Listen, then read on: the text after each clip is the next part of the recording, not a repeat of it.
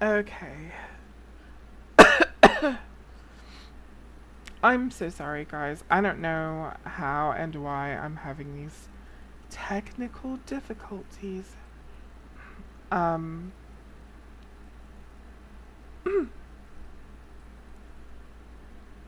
but I am indeed having these technical difficulties. And I don't know why. I don't know why this is happening.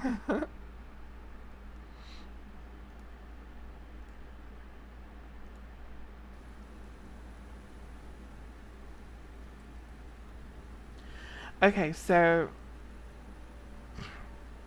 where was I? What was the last thing you guys heard me say?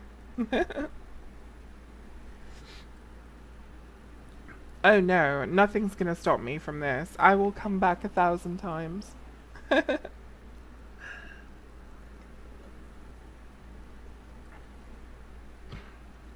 Okay, so what was the last thing you guys heard me say?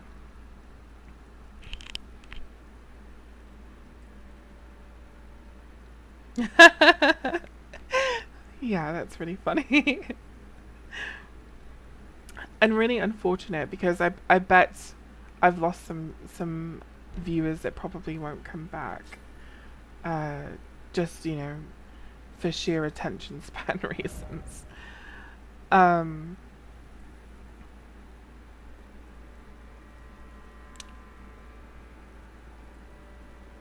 yeah. Do you remember? Okay, because I say so many words. Anyway, so basically, all of this is premised on America and some major overarching themes about America's origins, her nature, and the nature of her people. Hi, Revu. I'm sorry, everybody.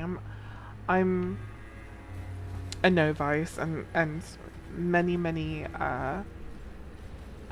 noob failures. But thank you for returning. Um, I wonder if I should give it another couple of moments to see if other people join back, or if I should just get into it and they can rewatch. I'll just get into it.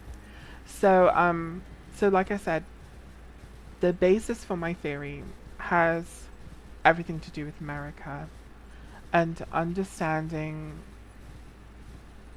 who and what she is, and then why. I can't pretend to know anything that anyone else doesn't know. All I can offer in this regard is my perspective based on my intuition and how it feels to me. Um, I am the sort of person that is very much guided by my feelings, which I think is probably obvious. Um, and so when I'm trying to piece together lore for a story as intense and multifaceted as is Elden Ring, um, I'm going with as much my intuition and my education, elective and otherwise, um, as well as my feelings. So that's the disclaimer, and really the only one that I'm going to offer, because it's stupid to give a disclaimer before you start talking about your perspective on fucking law. But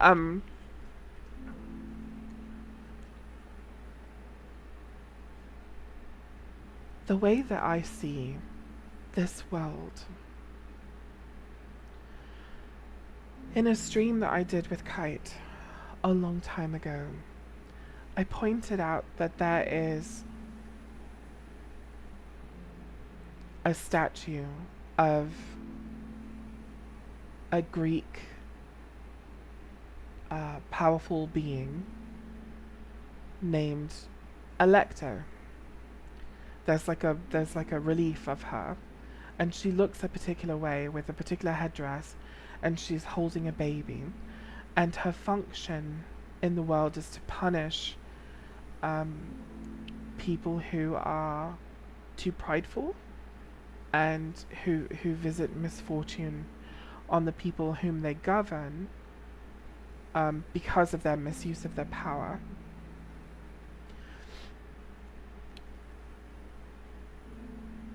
This was kind of incredible to me because as I looked at this relief, this sculpted relief, I was like, I've seen this somewhere. In Farah Missoula, there are carvings of humans that are in the walls, and one of them looks exactly like Alecto. And then I was like, I've heard this name Alecto somewhere. Turns out there's a black knife assassin named Alecto who is part of the Knight of the Black Knives, and in fact is the one that you fight in order to get the Taiki ashes.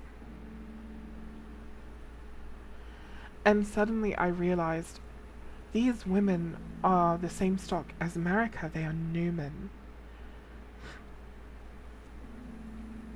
And we see them in Farah Missoula. So I was so sure that the Numen are like either dragon people or like their first entrance into this world is via Farah Missoula. And I still think that's a possibility. I still think that the Numen who came before Marika may very well have arrived in Farah Missoula first. But Miyazaki tells us very plainly that Marika first set foot in the Shadow Realm, and that this village here, where I'm sat, was Marika's home. And if we know anything about the way that I pick apart lore, the reason why I tend to favor Tarnished Archaeologist, and now, have you guys heard of Nameless Singer? Nameless Singer is incredible, very much in the same vein as Tarnished Archaeologist.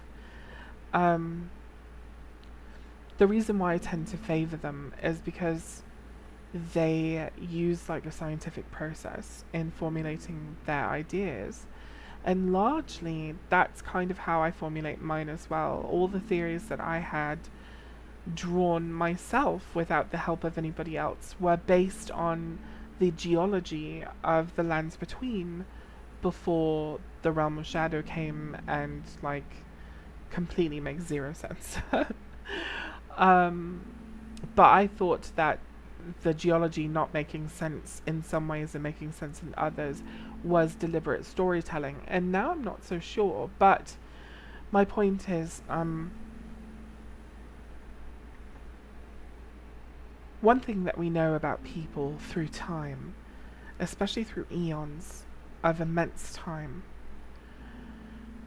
is that they don't name themselves.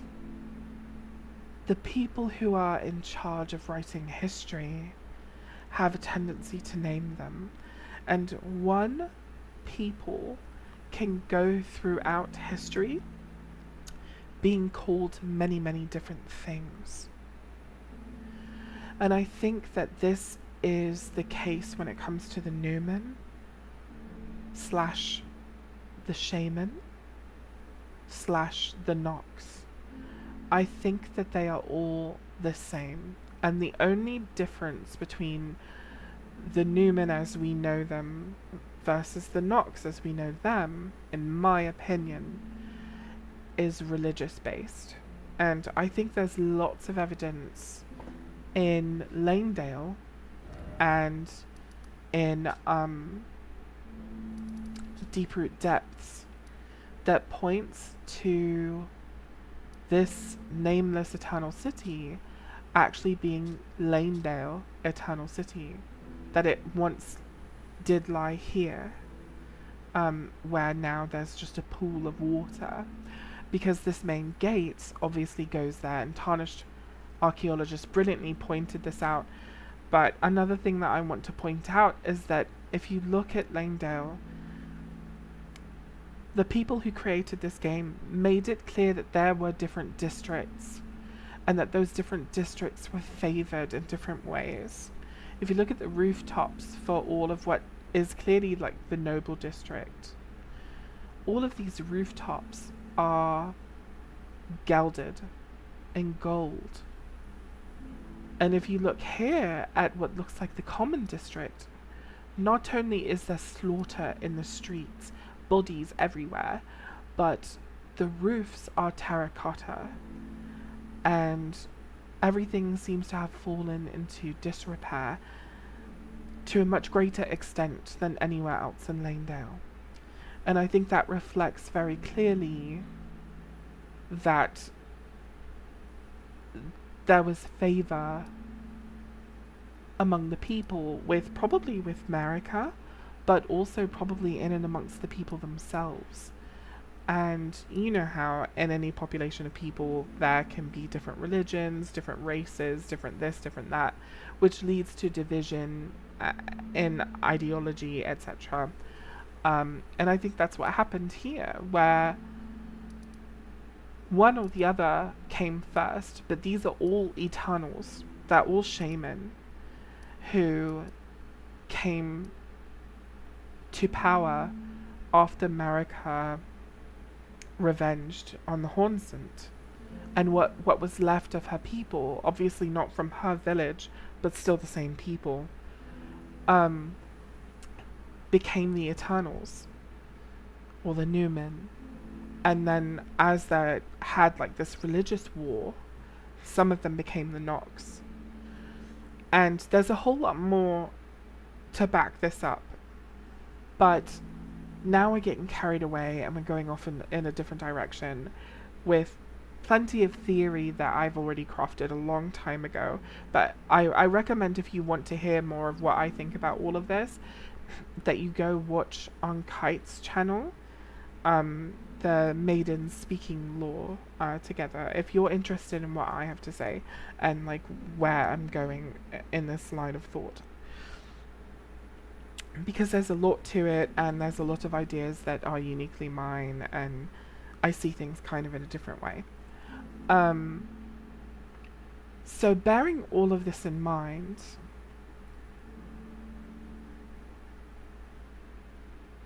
the point is that Marika is Newman and a shaman.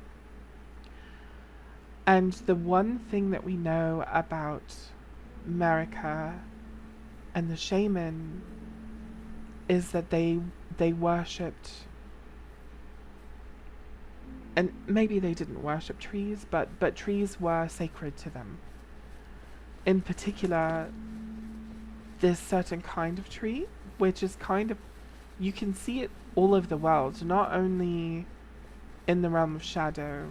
If you go to that Albinoric village in Liurnia, you can find some more of these trees there as well. This particular kind of tree,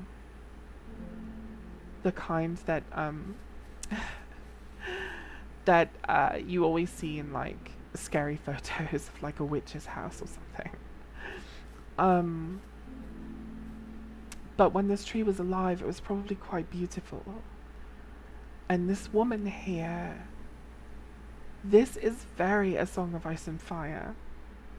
This woman, she's becoming one with the tree.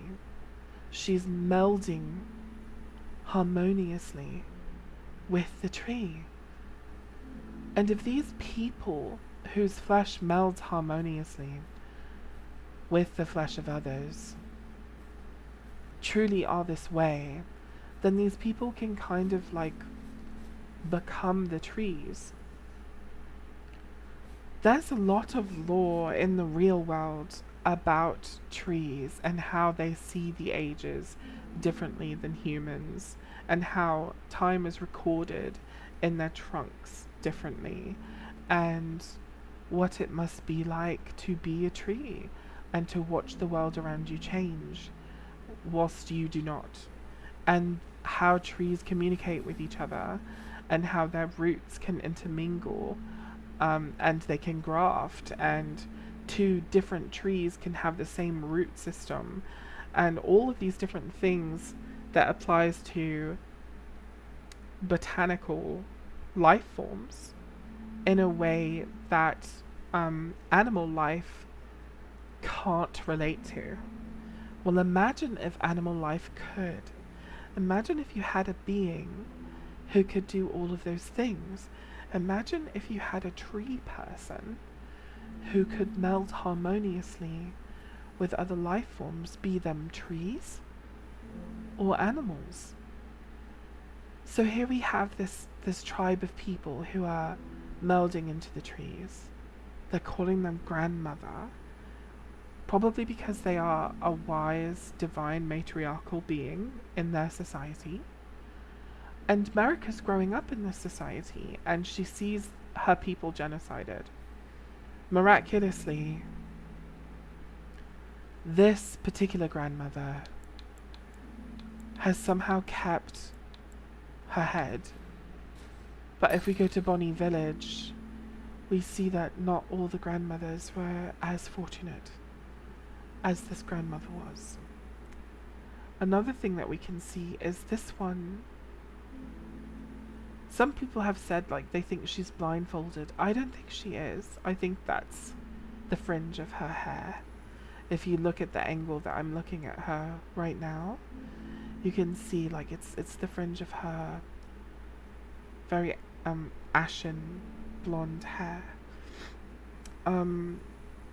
Black Man says, I've heard being a tree is a little like being a nose that's not moving, just a sense of touch and smell over very long times. Yeah, pretty much. We know that trees and plants can respond to chemical stimuli and chemical changes, and in fact they can communicate with each other when they're being preyed upon. They release a pheromone, and the other trees in the area respond to it, and they release their own warning mechanism. And when this warning mechanism is received by other trees, not only do they also release a warning mechanism, they also increase their toxicity in their leaves and their fruits, as a way to defend themselves. And this is something that scientists have recorded in real time with giraffes and the plants that they eat. And we watched them change chemically. We watched how they warned themselves and each other of, the predator giraffe coming to eat from the leaves. And then we watched them grow thorns and try to become just completely inedible and impalatable. But giraffes are determined. and they adapted and shifted along with the trees. But it's fascinating knowing all this about trees. So, having said all of this, I think it's clear the reason why Marika, I think, conspired with the Fingers, who gave her some mechanism by which to seize power from the Hornsent. I still haven't pieced together what I think the original sin was, and the great betrayal and seduction. I have theories, but nothing that I'm really feel like sharing, because it doesn't feel tightly sealed or anything like that. But this theory that I'm getting to does. And I think the reason why the fingers were able to seduce Marika with power is because they offered her an incredibly powerful seed of a tree like nothing her people had ever known. A beautiful, massive, golden tree that would rise high above the world, and its power and majesty would be undeniable by all who dwell in the lands between. And I think that that was part of how Marika was seduced by the fingers to pledge herself to the greater well, and to be a god, an instrument of the greater well, and to create an age of abundance that wouldn't last very long because there was something terribly wrong with it. When Marika comes back to this village after erecting her dynasty and exacting her revenge, she bathes this village in gold, even though she knows there's no one here to heal. She offers her braid to the grandmother tree, even though the grandmother tree is nothing but a dried husk, a dead trunk. And when we pick up what remains of the gold that Marika left here, we find out that it's a secret, and that it's all of the kindness of gold with no grace, no order. All of the kindness with no order. And it's a secret. Holding on to this information, I have another theory about Marika that when you put these two things together, for me was kind of mind-blowing.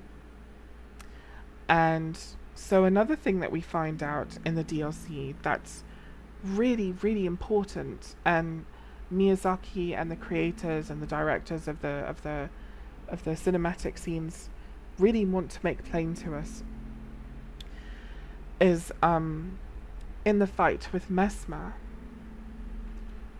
Messmer fails the first half of his encounter with us, and in that moment he falls to his knees and he says that he will not suffer a lord bereft of light. And then he apologizes to his mother, and he gouges out his own eye. But the fascinating thing about his eye is it's not just an ocular globe, it's a golden seal of grace. And he doesn't just remove this golden seal of grace, he pops it in between his fingers. And when he does that,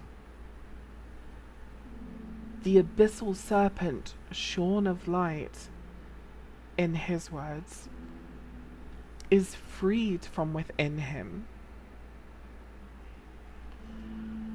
Now here's why this is important, in my opinion. I still don't know 100% if Radagon is Marika because he's a mimic of her, or because he's another self of her, in the same way that Centrina is for Miquella. I'm leaning toward the Centrina thing, and I don't think that Centrina is a mimic of Miquella. So now I no longer think that Radigan is fully a mimic, at least in the traditional sense. Bearing that in mind, I think it's quite possible that the Glomide Queen was a contemporary of Marika, was an Empyrean, and was likely more favored to become the next god than Marika was. Possibly not. That part's not really important. The part that's important is that somewhere along the way, I think Marika used her form as Radigan to seduce the Glomide Queen and usurp her power. And that the scene that we see after she's massacred all of these Hornsents, she reaches into a sackcloth and pulls from it these strands of gold. I believe, I don't think that's a giant saggy vagina. I don't think it's a giant saggy eye of a snake with a flappy, floppy, saggy face and no scales. I don't think it's any of those things. I think it's literally a bag. And she's reaching into this bag. And that thing there that looks like it could be a head or a pregnant belly or a knee or any other thing, I don't know what it is. I don't think it's important. All I think is that is a person, some aspect of a person, and that's a bag.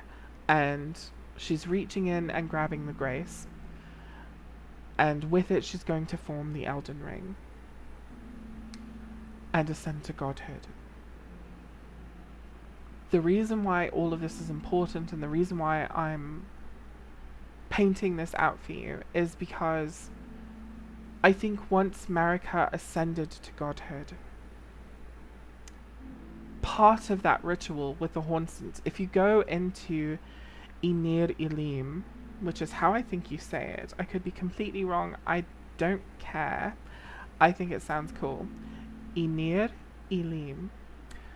I think when you go to Inir Ilim and you look at this sculpture or statue, or it could be a petrification, I don't know, but it looks like two figures swaddled in cloth surrounded by horn, and it looks like maybe those people are supposed to be melding. And if you look all over Inir Ilim, there are these beings melding into the building, melding into trees, melding into each other in that giant column of bodies that Marika has massacred. And maybe it wasn't Marika who did that, but I think it was. But anyway, there's all of this weird melding of bodies going on. I think those two figures are also supposed to be being melded together in some form of divine ritual that is supposed to be part of their ascent as a singular being into godhood. And I think Marika tricked them and the Glomide Queen by pretending to be melded to the Hornsent, and to the Glomide Queen pretending to be Radigan and seducing her, usurps power, ascends to the throne or whatever, ascends to godhood, and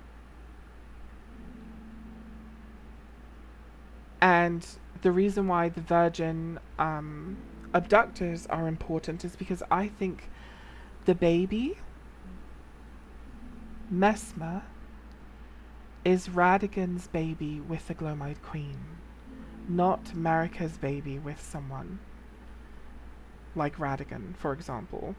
So I think that Messmer and Melina are children of Radigan and the Glomide Queen. So just like Ranni is a child of Radigan and Rennala, Ranni is, because she's the daughter of Radigan, she is thereby also the daughter of Marika. but she's not Marika's child, she's Radagon's. Do you see what I'm saying? That same thing applies to Messmer and Melina. Marika's not really their mother. Radagon is their father, and the Glowmide Queen is their mother. So having said that, Marika cannot have children. And I think the reason why she can't have children, it could be because she's a Newman, a shaman. It could be because of her physiology. It could be because maybe shaman, Newman, can only breed with other male Newman, and they're incredibly rare, or something like that. I don't know. All I believe is that Marika could not get pregnant. She could not conceive. And so she stole Messmer from the Glowmide Queen. And because Messmer was an aspect of her, because she's Radagon, Messmer inherited her Empyrean power without being an Empyrean himself. So Empyreans have the power to have the potential to become a god, right? If that's true, then pretty much Empyreans are all gods, they just don't descend, right? So then their children would, the child of an Empyrean would be thereby basically a demigod. So I think that Messmer is basically a demigod, right? And so he's also an aspect of Marika because he is the child of Radagon and another Empyrean.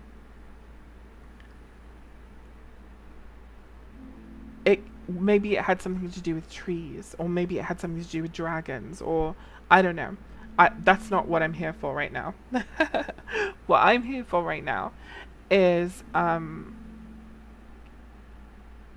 okay, so Messmer is her child without being her child. Marika sees that he has like the weird snake shit going on, probably inherited from the Glowmide Queen in some way. Do you guys know who Melusine is? She's a figure from European folklore. She has like scales and like two mermaid tails, and she's known to be a water dragon or maybe a mer dragon or whatever.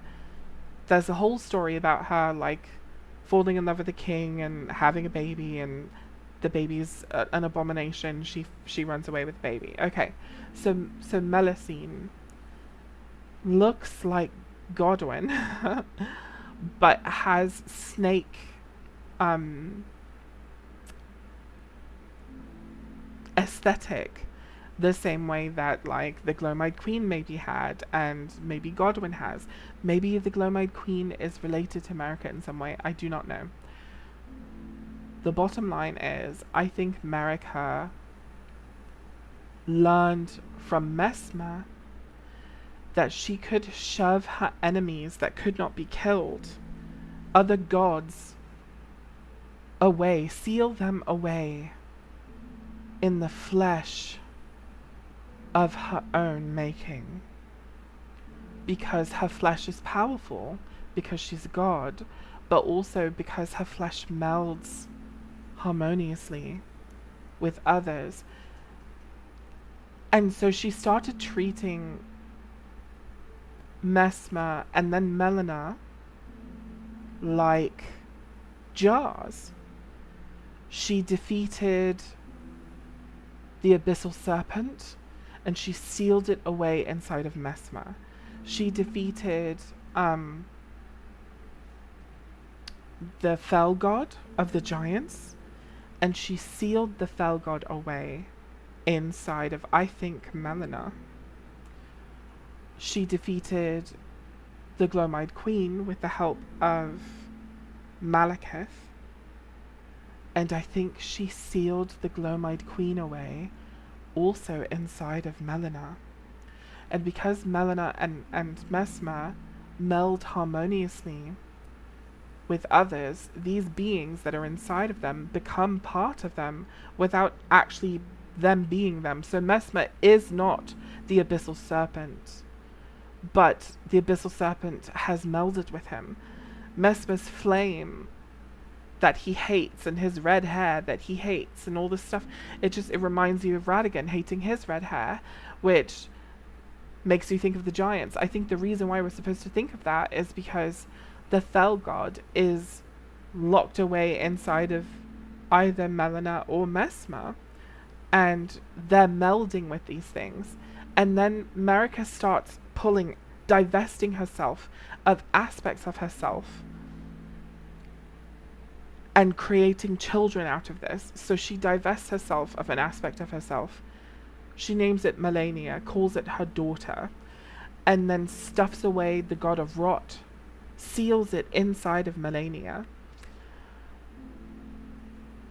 And then the dark moon of the Nox seals that inside of Ronnie. So now we have all these gods being sealed away in her demigod children. Her demigod children acting like jars. If her demigod children ever die, these gods, these rivals, will be released from their jars, her demigod children. So she removes the rune of death from the Elden Ring,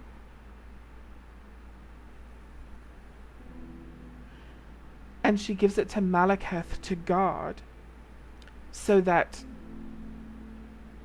nobody can kill any of her demigod children. Nobody can release these gods, these rivals, inside of her children. And then, hold on, let me see what people are saying.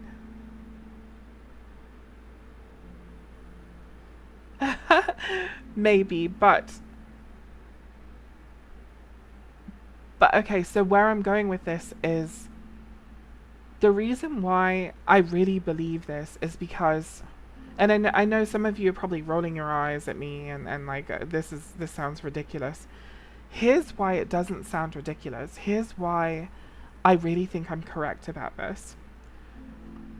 When Marika pulls a rune, when Marika shatters the Elden Ring, she shatters herself. When Marika takes an aspect of the Elden Ring out, she's taking an aspect of herself out. If Marika takes a rune from the Elden Ring, out of the Elden Ring, and an aspect of herself out, and in that she's taking an aspect of herself out, she's creating a demigod. Taking a rune out of the Elden Ring, it's a great rune. She's doing the same thing at the same time. That's why her demigod children have great runes. Do you see what I'm saying now? It lines up. Like her children are aspects of herself. She can't have babies. She's pulling these aspects of herself off. And because she is the Elden Ring, she's pulling runes out of the Elden Ring when she does it. So she's pulled the rune of death out. She doesn't want anybody to be able to kill her children because they're hiding gods inside of them. This is why they have great runes. So I know this is difficult to like keep following me and stuff, but okay, so all of this is happening. I'm sorry, I'm excited, okay? And I'm trying so hard to get this across, and I feel like it's hard to conceptualize, let alone hard to explain, let alone hard to sell. But I think that's what's happening, and I think it's been in our face this whole time. If you look at great runes, where do I find great runes? Here they are. Each one of them is an aspect of the Elden Ring, and each one of them literally reflects the person that they came from. Melania's great rune looks like Melania's wings. It looks like the rot god. It is the god of rot. Her rune is the god of rot. Melania is not herself the god of rot. She's the pot that Marika shoved the god of rot in, the rune, the god of rot. inside of that came from the Elden Ring. That's an overarching puzzle piece of power. Okay, so, and the same thing goes for Mohg's ring. This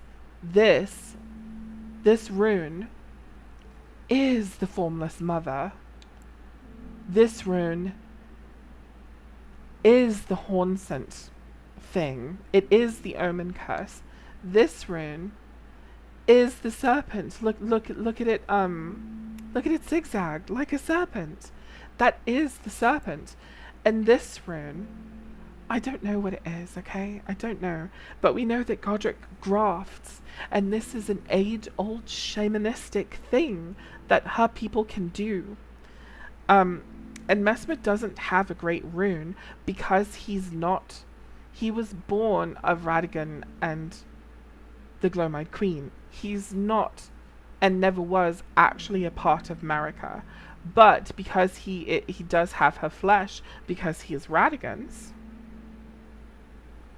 he has the power to meld harmoniously with others, but also to keep things inside.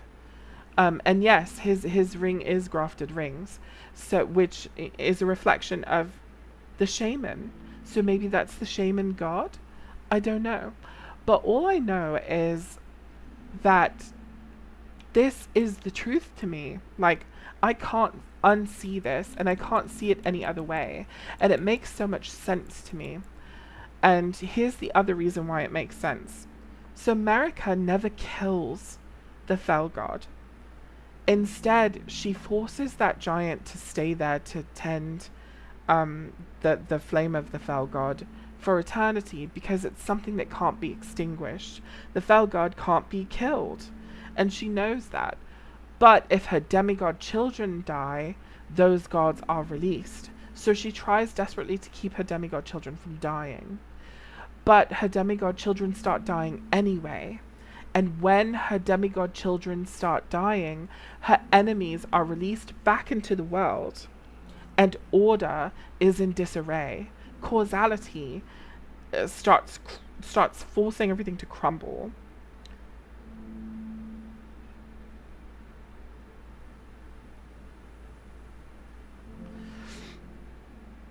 Godric isn't Marika's son. The Great Rune is made up. There is no vertical line of the bloodline of Marika. Oh, okay, so you don't buy anything I'm saying. That's fine, Revu. But I think Godric is related to Marika. I think that he is part of the golden lineage. He is related to Godfrey. And Marika, and they are like his great grandparents. It's obvious to me that he's a shaman. His flesh melds harmoniously with the flesh of others. So I don't agree with you at all, Revu. But maybe you have some other reason why you think that, and I would love to dive into that later. But I don't want my whole thing being dismantled yet, so shush. So anyway, so with all of this being said, when Ranni kills herself,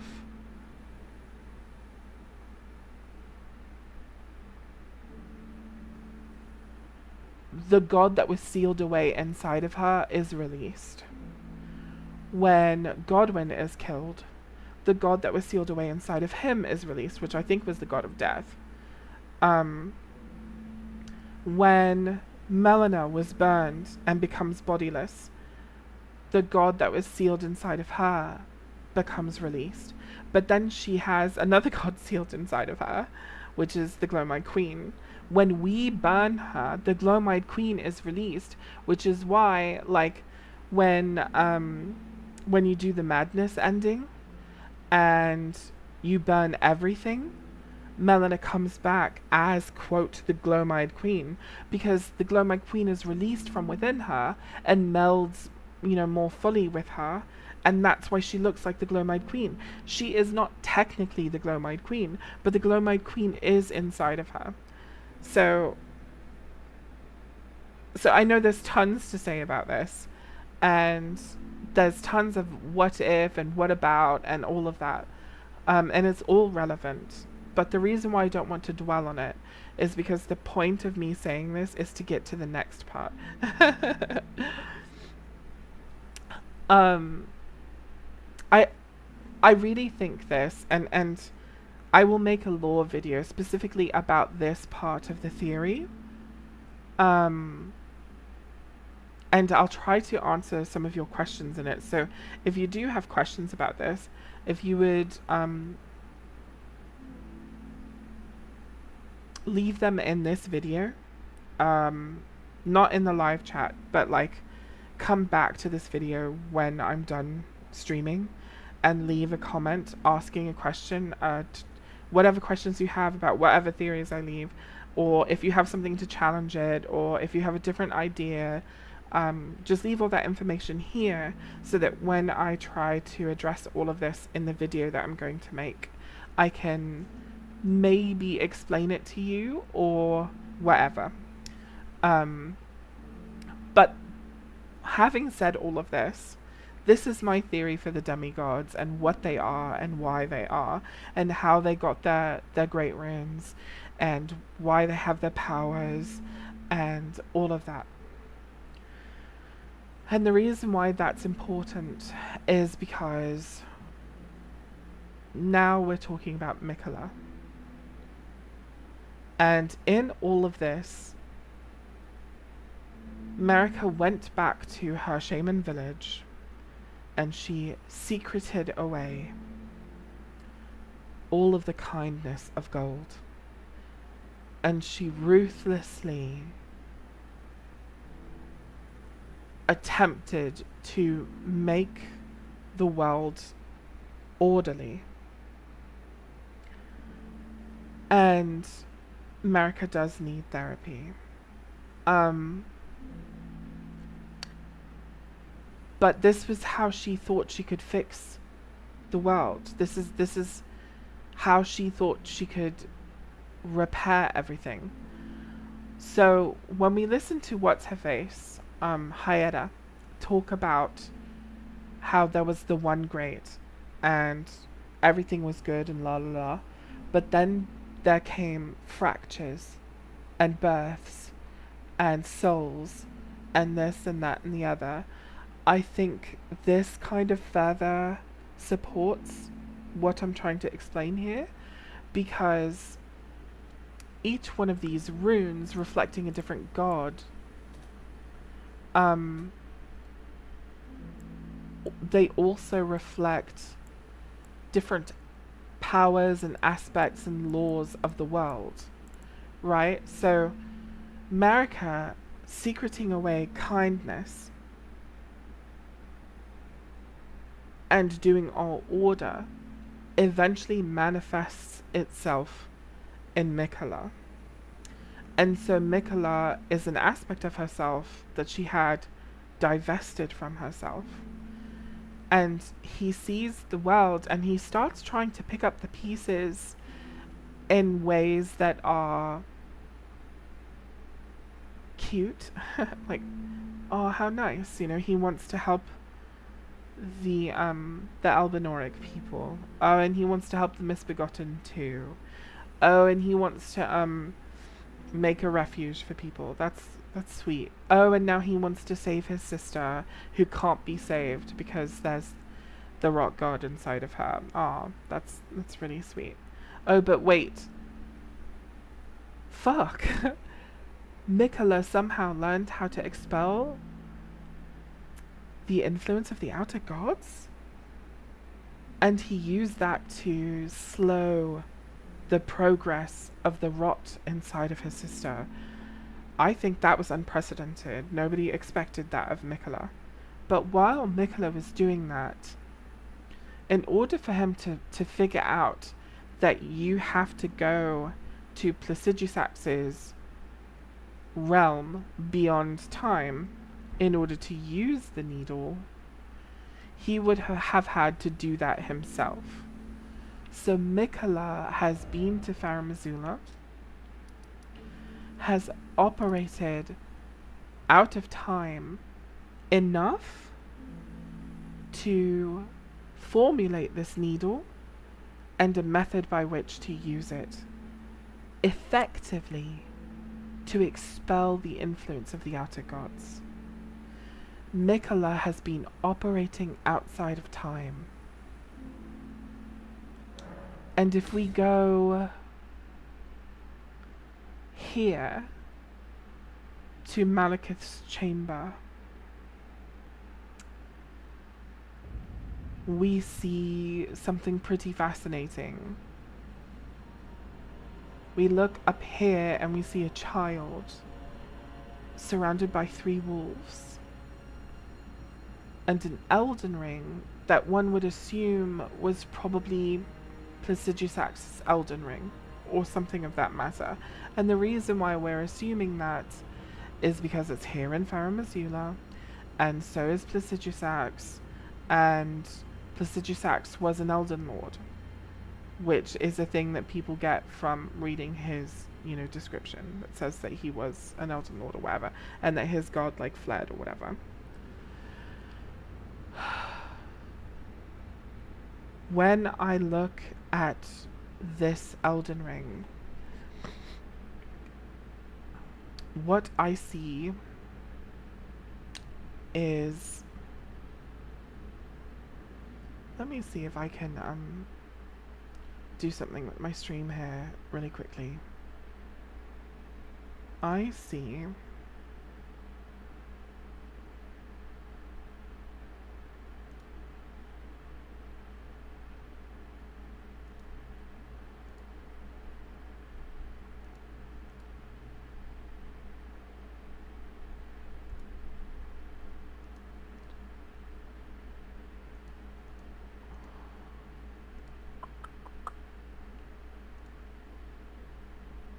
I'm trying to make it so that my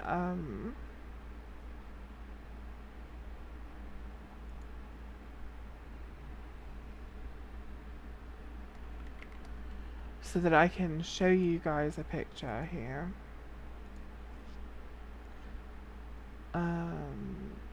Is it display capture?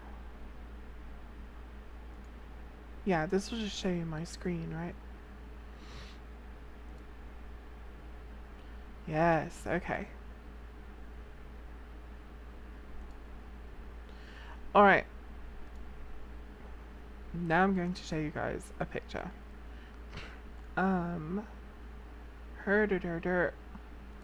Which channel did I make this discussion in previously? Was it here? No. Was it here? No. It must have been here. I can't be trusted with anything. Look at me just showing off whole chats, whole private chats.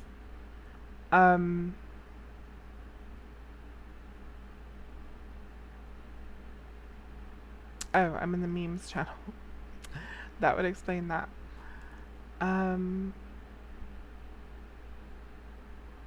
Where is it? I'm sorry guys, be patient with me. Okay, so Miquella's, sorry, not Miquella's, that Elden Ring in Farum Azula. Look at Miquella's hair. Look at the shape of the arch from the Divine Tower of Meat. Look at the way this looks. To me, I know that this is reaching. I know that nobody's gonna be on board with me. I know. I know.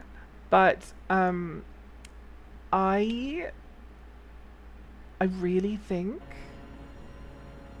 that this is Miquella's Elden Ring, and that this is the future past. We're seeing the future and the past. There's been some kind of time anomaly.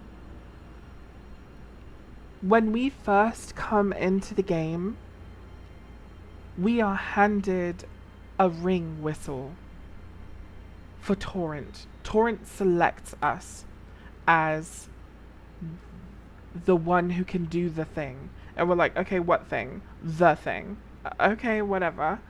Then Ranni gives us a spirit calling bell. And we're supposed to ride torrents and do all this stuff and use the spirit calling bell, and then we get 3 wolves. Now there's a child here sitting under this Elden Ring that looks exactly like Miquella when he's riding on Radon's back.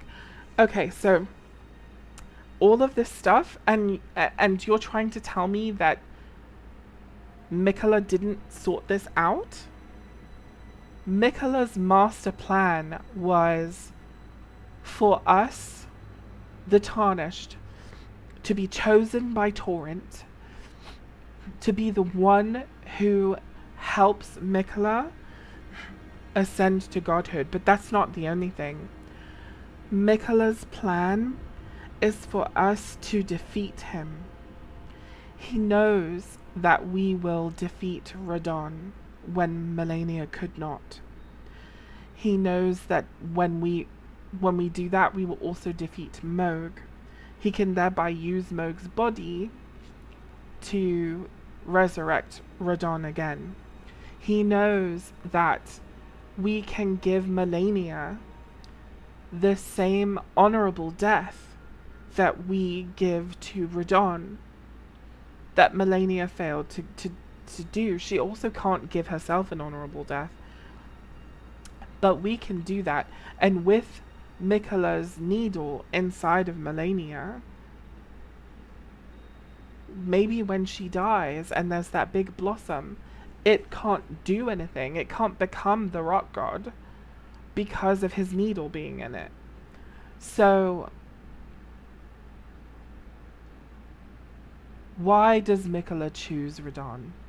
It could very well be for the reasons that he says, which are that Radon was kind, and Radon is powerful, and he wants Radon to be his king consort, etc., etc. But think about it this way. What do we learn about the stars? The stars are the life essence, both residual and the essence of life. The blue stars are the residual life. The amber stars are the essence of life. We learn this when we're talking to Selin. We learn this when we're talking to Seluvis, when he tells us about the different star shards. And we find an amber star shard specifically at a statue of Miquella. Then we learn that Miquella tries to bring about the eclipse, but he can't. He can't bring about the eclipse because Radon is holding back the stars. All of us that thought that this was a big deal, you were not wrong. It is a big deal, and here's why it's a big deal. Not because, blah blah blah, that's why he wanted to kill Radon. No, no, no, no. That part's irrelevant. He really did want to kill Radon to give him an honorable death. But when Miquella realized Radon's holding back the stars, he said, holy shit. My demigod brother is the most powerful being in the world right now because he controls all of our fates. If you have Miquella's power, the power to compel others to love you, and you could take control of someone who's commanding the stars, then you can command the stars. You can command fate. You can take charge of your own fate and the fate of the world. Miquella engineers that we find him, that we face him having just ascended to godhood, having created a circlet which is all of the kindness of gold with no order. And he knows we're going to defeat him. And here's why this is brilliant.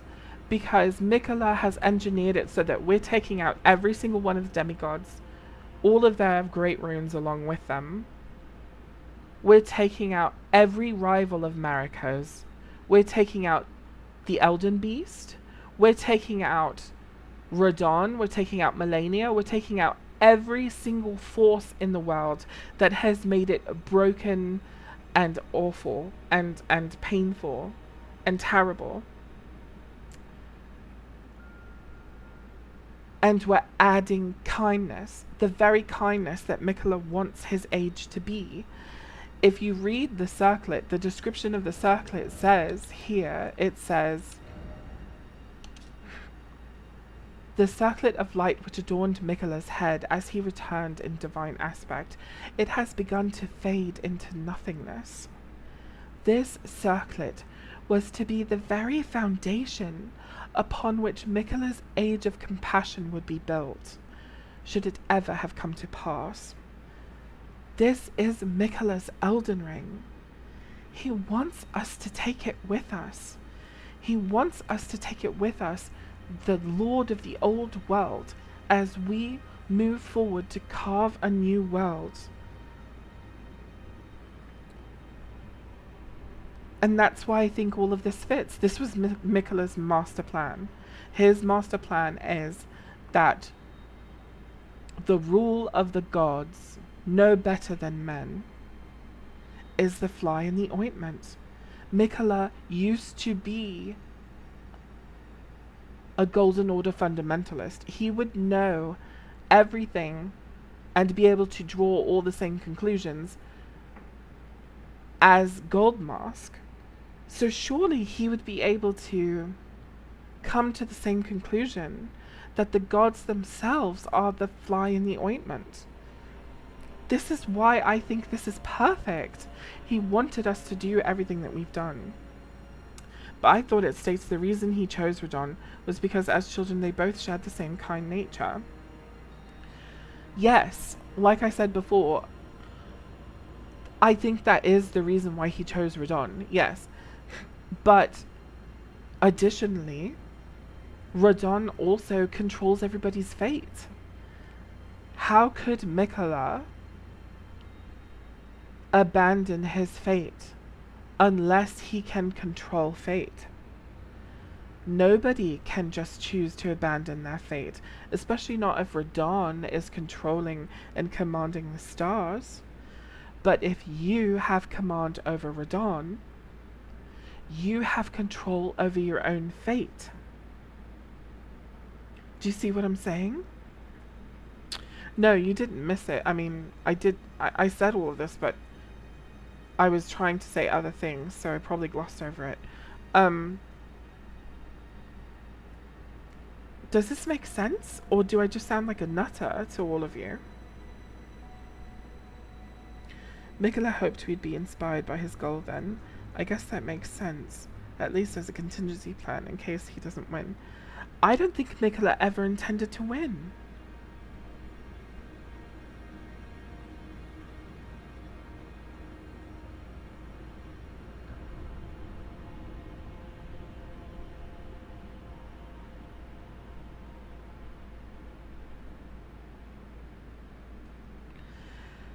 I don't think Mikola ever intended to win.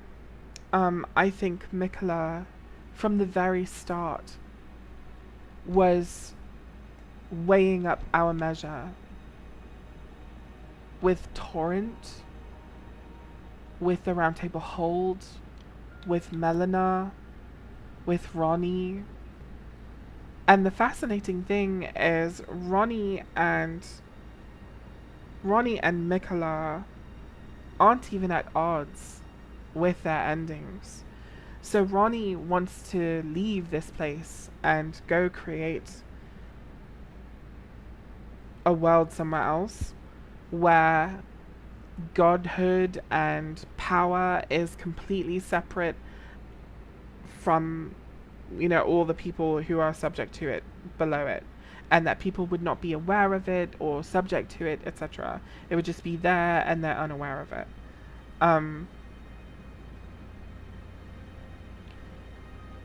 But Mikola wants to, like, fix what's here, but he knows, like, he can't really do that unless he does the thing that everyone's saying, oh, it's so evil, he would be mind controlling everyone, blah, blah, blah. I think Mikola agrees with you. I think he agrees it would be evil for him to mind control everyone, which is why he breaks his rune and stops mind controlling everyone.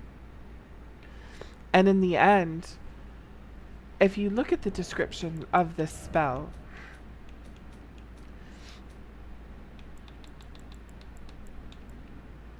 it says, the strength of Mikola upon his deific return, wielded as an incantation. Mikola sought to accept all that was and would be, but found one that refused to be embraced. No wonder, as one god and one king consort is all the world needs. I thought, this is so fucking stupid. I hate it. Like, I hate this description so much. But I think actually this is a brilliant way of telling us that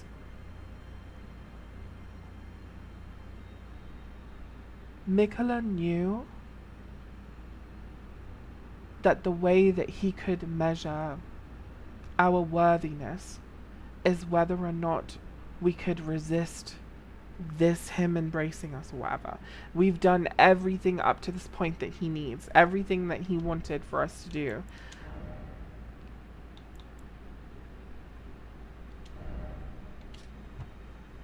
And now we have his Elden Ring. Now we have all of the kindness of gold that we can add to the order and fix the world. Something that he can't do. So anyway, this is my theory. I'm sure everyone has tons of questions, and maybe it doesn't make sense to some people, and the time travel, like Blackman said, for sure makes it tricky. But I'm not pulling this out of my arse. They did. They're the ones that said that Mikola, you know, made this needle that can expel the influence of outer gods. Oh, and by the way, in order to use it, you have to travel outside of time. Okay, but how would you know that you have to do that unless you had done it yourself? Unless you had spent loads of time crafting this thing and using it outside of time. If Mikola can travel outside of time, the fascinating thing about this is this harkens back to the Bran stuff. For those of you who have read A Song of Ice and Fire and understand Bran, Jack said that he amazingly, because I come up with a lot of theories that Jack doesn't support and doesn't agree with. I am shook that Jack actually does support this one and does agree with this one. And that's how I know I'm really in the thick of the tinfoil hat, because he's like king of tinfoil hat. He's king of like the fringe theories, and for him to be like supporting and agreeing and stuff, it just feels really cool. And the other reason why he's doing that is because he says this is all in line with Bran, who he was saying, as I was saying before, who he was saying is the one-to-one with Mikola. Mikola was inside the Haligtree. When he was inside the Haligtree, he had access to the roots of the Haligtree. Look how big the Haligtree is. The Haligtree is a twin tree. It's two trees. It's also an Erd tree, and we know that. The Erd tree's root systems go from this giant Erd tree here to all over the world, and these minor Erd trees are all connected into this Erd tree net. Do you think that the root system from over here to over here isn't reaching each other? I think they 100% definitely are. And so Mikola was tapped into the Erd tree net, and he could probably see and learn everything that Marika was seeing and learning, everything that the Greater Will had once left behind or whatever. Because when you go inside the Erd tree, I mean, it's not that way anymore. Jack is a mimic. His name is Jack is a mimic. He is one of my greatest influences in this space. He and Kite are like neck and neck for like my greatest influences in this space. And they both, like I was saying at the beginning of this theory, they both have helped me formulate the theories that led up to this. Kite helping me with the Marika not being the mother, and Marika being like the virgin abductor, and helping me with the Glowmide Queen aspect of it, and the Radagon aspect of it. And Jack helping me with the Bran aspect of it, and the A Song of Ice and Fire, and the time travel, and the getting into the root system, and the way that the future can also be the past, and that Mikola knew all of this all along, and he knew how to make us do it, and everybody attributes this naivete and this like all this other stuff to him, but the reality is like before we defeat the Elden Beast inside of this room, we see tons and tons and tons of golden Erdtree tree trunks, which may be different Erdtrees that are all over the world. It's like this spiritual life golden essence that maybe Mikola was able to tap into. And that's why he's so certain he's going to become a god, and he's going to do this, and he's going to do that, and he knows that these things are his fate, because he knows that he can control fate if he just does what he always wanted to do as a child, and like gets with Radahn and all this other stuff. La la la la la. I really think that that I need to make this theory into a video, and that I need to share it. And even if it's wrong, or if it's not well received, or if people just find too many holes in it, I'm still perfectly fine having contributed this line of thought, and perfectly happy to have done so, and also happy to say that this is my headcanon, and I'm proud of it, and I'm happy with it. And of all the things that I could say about Mikola, and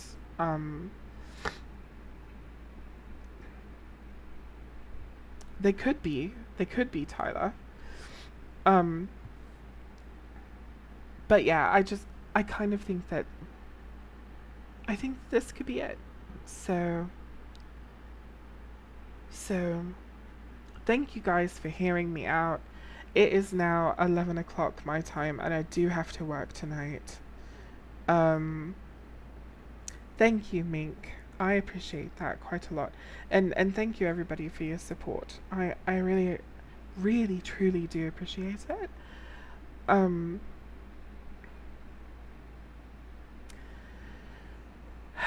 I really, really appreciate it, because I kind of felt like I was floundering a lot as I was trying to explain it. I was so worried about not explaining it well that I was like repeating myself several times, and tripping over my own words and all this other stuff, and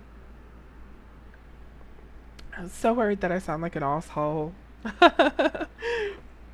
Like, guys, I have this theory, and you have to agree with it. I don't want to sound like that kind of person, especially because I think I do have like a tendency to be that kind of person, and I definitely don't want to be. So,